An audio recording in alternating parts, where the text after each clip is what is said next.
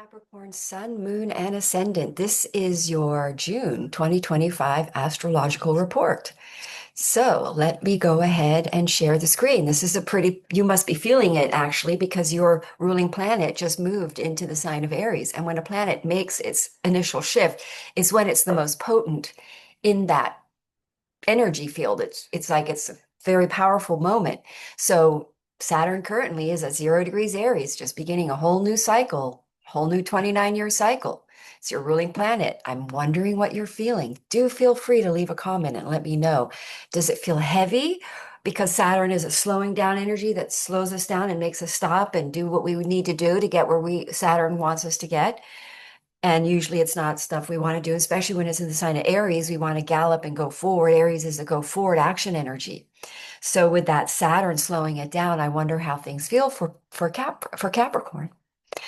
Um, Maybe things feel blocked, but and also your ruling planet Saturn is squaring Jupiter. So Jupiter and Saturn are on a big square off, clash of the Titans. The whole world's about to change anyway right now. So whatever Saturn is blocking from us right now, just to go ahead and relax and let it happen because everything's about to shift. And that's when we're going to want to really make these new beginnings. So Saturn is sort of blocking some of these starts right now. So just be patient, Capricorn, a little bit longer. And so let's go ahead and look and see what house that's going to be for you. So let's go check. That's going to be in your Aries. If you're Capricorn, I think, is it your 10th? It's in your fourth. Let's take a look. All right, let's take a look. Let me go to hours here. 1 second, line it up. Oh, okay, yeah, well, there we are and lined up for Aries on the first. So we're going to go and have Capricorn here. So let's go. Oh, we should go the other way. Let's go the other way.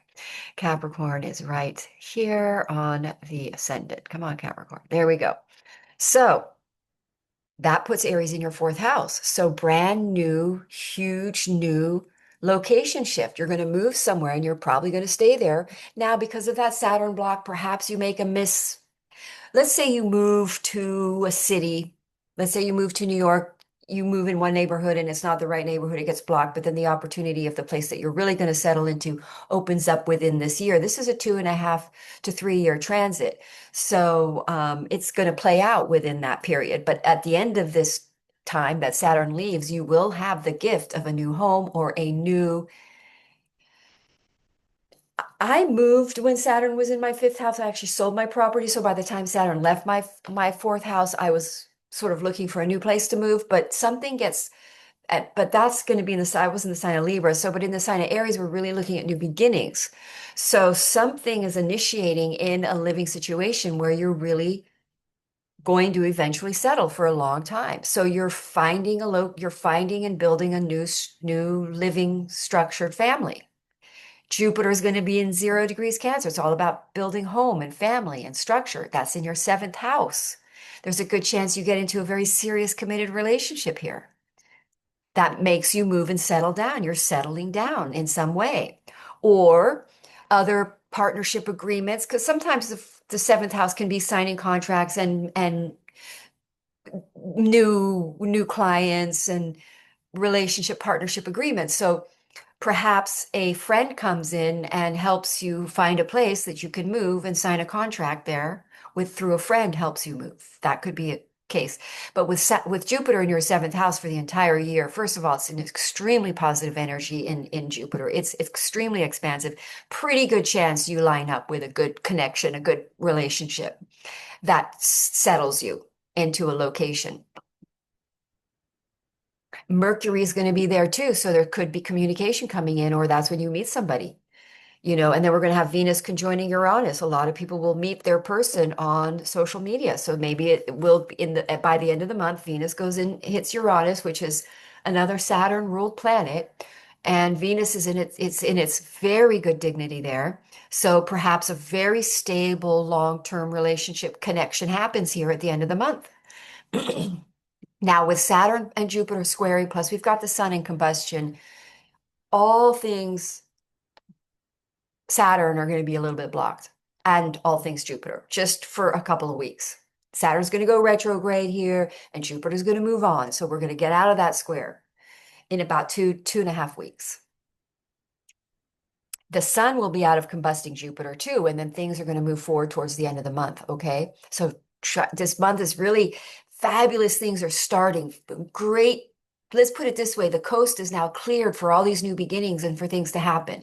So you're going to see that firing flow because all the firehouses are lit up with major planets. We've got a big full moon in your 12th house. Either you travel or you really wrap up some sort of karmic patterning. It could be kind of a wake up full moon for you in your 12th house. You have a big spiritual liberating. The full moons in Sagittarius bring big truths to light.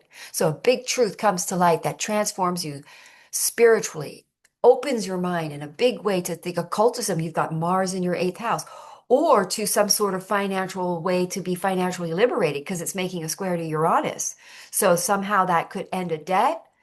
There could be a financial crisis occurring with that square to Uranus, bad news, scary news, but or and again, if that happens, it's again anything that happens negative right now is an old life crashing and down, falling away as we step into our new life, as we step into a new financial destiny or arrangements or structure with Leo there in your eighth, squaring Uranus, some sort of or you, if you have investments, it could just completely boom and take off, or it could crash. But because Venus is in such a strong position, it is squaring Pluto. So it could be a financial in the world, a stock market issue, but Venus is in exalt in its domicile. Jupiter is in exaltation. So what we're looking at is things changing and restructuring and shifting to a much more stable. So if there is a financial crash, whatever that was not stable. And now you're going to shift and you're going to learn how to stabilize things even more so. Um, and also it is possible that the Venus squaring Pluto ends a fear, you know. And again, this has to impact your chart directly. You have to have a planet hitting some of these directly for it to be negatives, the squares for those to be, shall we say, challenging, disruptive, upsetting, problematic, having to change, rearrange, do things. That Saturn squaring Uranus could change a big direction in your finances in some pretty big way. But this is for everybody, but for you, especially strong because it's hitting in your 8th house and your 5th house. So a creative project could come in that liberates you financially and ends a debt. I've seen really positive squares to the 8th house you think are scary, and they turn out to be really positive. The 8th house literally is either financial loss or financial gain. It can go either way. Pluto, that's the house of Pluto. It can go either way, Pluto. Even this, we've got this nice sextile of Pluto to your Saturn. So I'm going to lean to the favorable here, to the financial windfall up, except for the square to Venus in the 5th.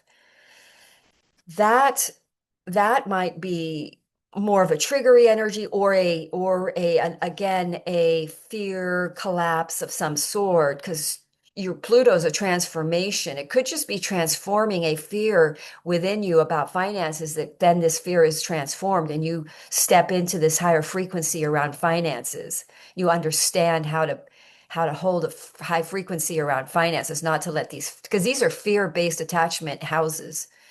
8 and Pluto, with Pluto in your second. So you're purifying some sort of fear-based grippage, attachment to finances and money, and perhaps relationships too, with that Venus there in your square in the 5th, which is a relationship house. Creative projects come in, give you a good windfall this good month for relationships with Venus and Taurus in your 5th, good potentials for financial gain and meeting people that advanced your finances. Financial opportunities through friends show up. And then when Venus at the end of the month meets Uranus, Venus is going to join this square. There is a surprising, and that's going to sextile Saturn, your ruling planet. This is a nice surprising. That's going to trine, make kind of a wide trine. But this is a really strong, positive, beautiful thing happening, potentially romantically. And then with the Mercury Jupiter squaring the nodes, this is today, right? This is right now that we have Mercury and Jupiter squaring your planet in Aries, where you do make there is we've already talked about that, but I forgot to mention Mercury, where some sort of communication or information comes in. That again, that causes frustration, upset, delays. But in general, in the mass, Jupiter, Mercury is a lot of powerful information, a lot of big ideas, a lot of energy there that's like boom, like really surprising. And it's squaring Saturn that really shifts this information in our personal lives activates that Jupiter Saturn square. In other words, that information comes in and shows you where Saturn is slowing us down right now and causing us to be extra. I don't want to say slow because these energies are fast moving. We're a lot of yang in the sky. But if you rush it, you're gonna trip up. So you don't want to rush anything. That's the secret. So what else should we talk about? We talked about the Sagittarius full moon. We talked about Mercury. We talked about Venus. Mars is in your eighth, perhaps triggering fears and issues, because Pluto's in your second. So hang in there. The full moon Cancer is going to hit your, what is it? Where's the full moon? In your seventh house. So some sort of partnership, new beginnings. This is all with Jupiter there exalted. That is your true Dharma. So try not to worry. You're just being aligned to your true path with that new moon in your seventh house in the sign of Cancer on Jupiter, which means a dharmic relationship, soul contracted partnership comes in, and you have a business agreement that is very abundant. It's part of the future. Now, again, with Saturn there, you don't see any of the fruits bearing from it quite yet, but this is going to develop and big, and it becomes financially very auspicious and abundant. Anything that you initiate with a Jupiter in Cancer is going to turn into a really good by the next cycle. Basically, it's going to expand and get better and better and better and more fruitful. Um, We talked about the full moon. We talked about the new moon. The full moon, by the way, does square the nodes. That's happening on the 11th. Jupiter's moving in on the 9th to your 7th, where some sort of major relationship shifting goes in, expansion, lessons, learning, squaring that fourth house, perhaps causing you to move. And because this full moon Sagittarius is in your 12th house, we're looking at travel and we're looking at your destiny completely changing around this full moon. And it's squaring the south node in your ninth house. Either you stop traveling because you realize you need to stop traveling because other things are starting to settle down in some fourth house place. You realize your dharma and your home situation, that Saturn is settling us where our dharma aligns. So if anything is blocked, it's not aligning with our dharma, with our new dharmic path that we're on, this big new world we're stepping into with all these outer planets shifting. So we're making sure we're aligned with our dharmic paths. Capricorn are kind of tough to do that with because they're pretty hardcore, heavy in their paths that they've already created. So there's a lot of shifting going on. Saturn is really moving you here to step into your course, your true course, that's what dharma means, the truth, the true you, your true path. I hope that is helpful. Have a wonderful month. If you would like a personal reading, feel free to contact me. My information is below. And do like and subscribe and have a wonderful day. Namaste.